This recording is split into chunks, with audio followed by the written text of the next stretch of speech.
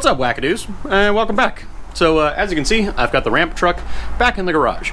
Now, if you're new to the channel, I will go ahead and post the link right here to where we introduced this project, but this is Project Hidalgo, my 1974 C30 ramp truck. Now, the short story is I got this truck from North Carolina, and it was a rusty nightmare. You can go back and see all that stuff in the other videos on that playlist. But I haven't had it in here in a while because it was really frustrating to work on it because this thing is a monster of a project. Last time that it was in here, we went ahead and hung these doors. These doors are off of an 87 Suburban, and they should be power everything when the truck is done. I did manage to start playing with them a little bit, and it looks like the electric locks and windows are gonna work just fine. But I have to make a wiring harness for all that stuff. That'll happen later. Additionally, in one of the previous videos, I showed you guys the power plant that's going to end up in this truck, which is our Cadillac 472. And I'll post the link to that video right here. Now, in that video, we did get it running, and since then we've gotten it running even better, as well as fixing the massive leak it had on the rear main. So now this thing is turnkey and ready to go. So I'm hoping that later towards the end of the year, I can start getting my eye on putting a transmission on it and preparing it to go in this truck. But this truck's not ready for something that nice. So we got to start working on this thing again. So let's show you what we're going to do first. So finding a good spot to start on this thing is difficult because there's so much to try and tackle. But the main thing is, after replacing the floor and making it so this thing was actually pretty cleanly, it's full of dirt now. It's disgusting inside because all the dirt's been blowing right through my lack of window. Shortly after putting these doors on, somebody broke my window. It was probably an accident, we don't know, but it has no glass. So I did order another glass. This one is also broken, but I knew that when I got this door, that glass was broken. It's probably just a hot or cold day away from shattering, so I have another piece of glass for that as well. So I need to get both these pieces of glass out and replaced with proper glass. Now, since I'm going to be there anyways removing these door panels, I got to do something with them. So obviously the interior color of the truck is not going to be blue, and we got to get rid of some of that white. So I think we're going to throw some paint on there and do something with the door panels while we're replacing the glass. Just seems like a good place to start. That way when I throw weather stripping and other stuff on here and start putting stuff inside of the interior, it doesn't get ruined by the elements. So I think we're going to start with that today. Starting with getting this door panel off and trying to put a piece of glass back into this door. Alright, so I got the door panel pulled off, and it comes off with a lot of little trim and stuff like that. And the door panels on the 87, which these doors are from, are pretty elaborate. They got a lot more depth and texture and stuff going on compared to the 74, which would have been really pretty plain. But I still kind of like them, and I think that I can get away with refurbishing them a bit and maybe at least cleaning them up for now. Originally I planned on doing a bunch of crazy fab work, but I kind of like the posh interior look of having all the extra trim. So I got it all cleaned up, and I've actually already painted it, and we'll see if I can't get that to look like something. But I'm going to pull this lower section off, and I'm probably going to make an aluminum replacement for that because I don't like the carpet. So I got the door panel off and got the glass out, and the glass requires you to pull the wing window. There's a bunch of videos on how to do that. We're not going to get into that.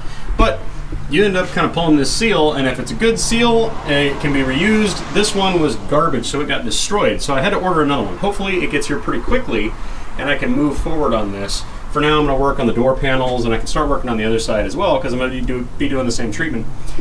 But on the back, I really can't do that because all of the rear window seals are back ordered from LMC. So unless I find another source or something like that, I'm going to go ahead and leave this one alone for now because I'm going to make it worse by taking out the glass and having this big gaping seal compared to a bad hard seal. If you've been on the channel for a little while, you kind of already know where this is going. I'm a believer that carpet 90% of the time belongs on the floor, so you already know. We're going to punch some holes, add some hardware, and throw this on the bead roller. I was out here until 12:30 last night figuring out what colors and textures and stuff I wanted to try and finish off these door panels, and I came up with something I really liked. So now I have a combination that works, and I'm able to replicate it on the rest of the doors. That's what we're going to be doing for the rest of the night, probably the next couple days, is pulling apart these door panels and making them all match what is now the front driver's side. So let's show you before and after. So here's our delicious 1987 Suburban. And here's the driver, now that I've reworked it to the way I want it. Now, I'm going to be waiting on some new seals still, so I can't really put it all together, but I can go ahead and prep everything and get all the other doors looking the same. That way, as soon as the seals show up, I can go ahead and throw them on. But I'm really pleased with that. So, let's get started on the rest of them.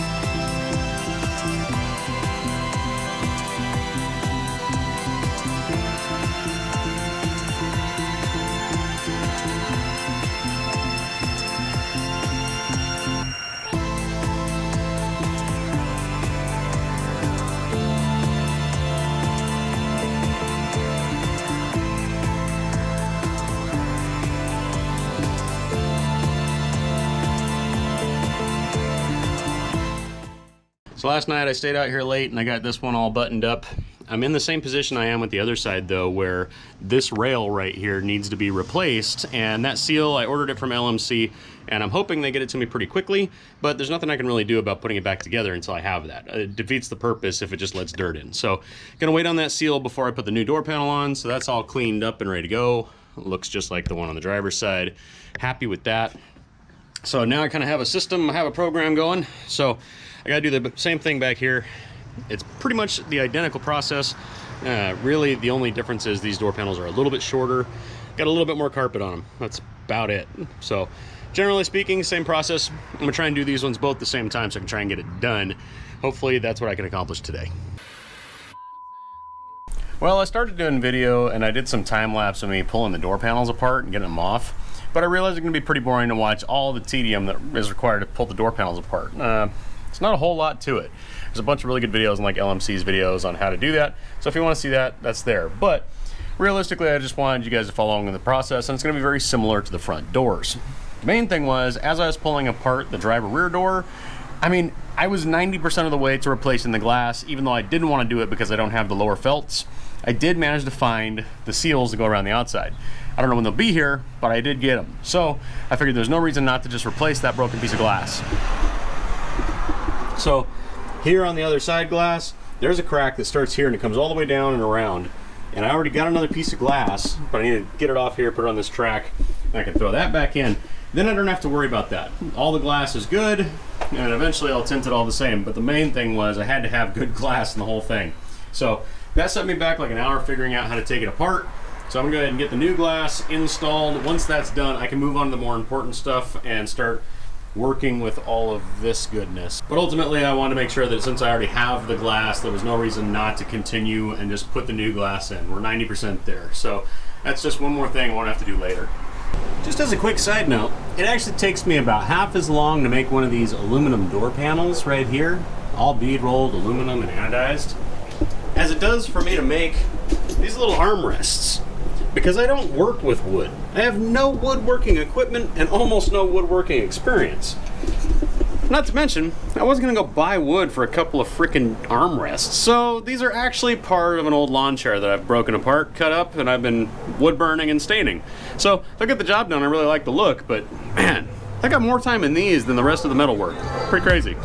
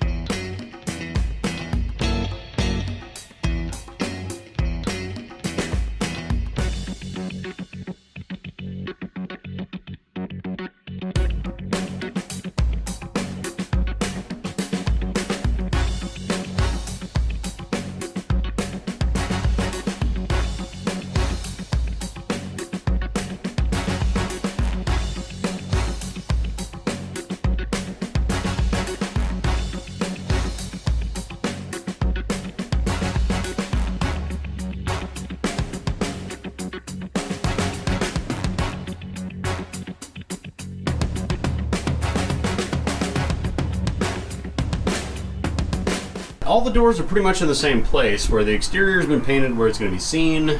The lowers have their panels on them. The door panels have all been repainted, have their armrests, all the chrome has been touched up. You got all of them ready to go. Now the only thing that we're waiting for is LMC truck and some dude off of eBay to go ahead and send me the window track seals, which actually guide the glass. Now they're very important because A, they guide the glass, and B, they keep all the dirt out of the cab. What is the next priority? And I think for the sake of simplicity, I might sound insulate the roof because that's pretty brutal. and I'll show you why and probably start pulling the seats. In this trim package, the roof was just bare steel. Now it's pinch welded around the whole door frame of the truck, so you can't really remove that. And then the top side here is all solid as well. But there is this section of dead air space in between, and the result is it rattles horribly. I'm gonna be putting a tar style sound insulate on the inside layer and seeing what that does, and hopefully that'll kill enough noise and make it so that rattle goes away. If it doesn't, I'll have to start looking at further ideas about putting some types of shims in there or a foam. What I'd really like to use is a mildly expandable closed cell foam. It would take up that dead space a little bit in small increments, just enough to keep them from vibrating. But we'll see how that goes later. But for now, I think what I'm gonna end up having to do, just so I can keep moving forward and see what our results actually are, is go ahead and pull this stuff out and prep the roof and start putting down the big box of kill mat that I have.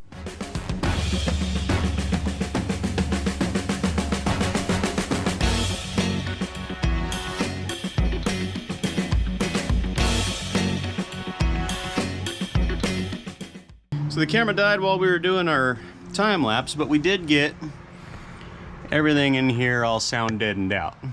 Now I'm not too worried about the floor because I do have the mass-backed jute cover for the floor that's going to go on with the carpet that should take all the heat and sound out of the floor. So I was more concerned with this stuff, especially since I'm going to have a sub box here and we're going to have a lot of rattle from that big open dead space before the headliner goes in. So we went ahead and did the roof, the back, threw a little bit on each door just to take up a little bit of the dead space. And a little bit of the leftover around here on the floor where the trans tunnel is going to be, because that's where the bulk of the heat's going to be. But it did help with the roof not being so rattly anymore, so that's nice.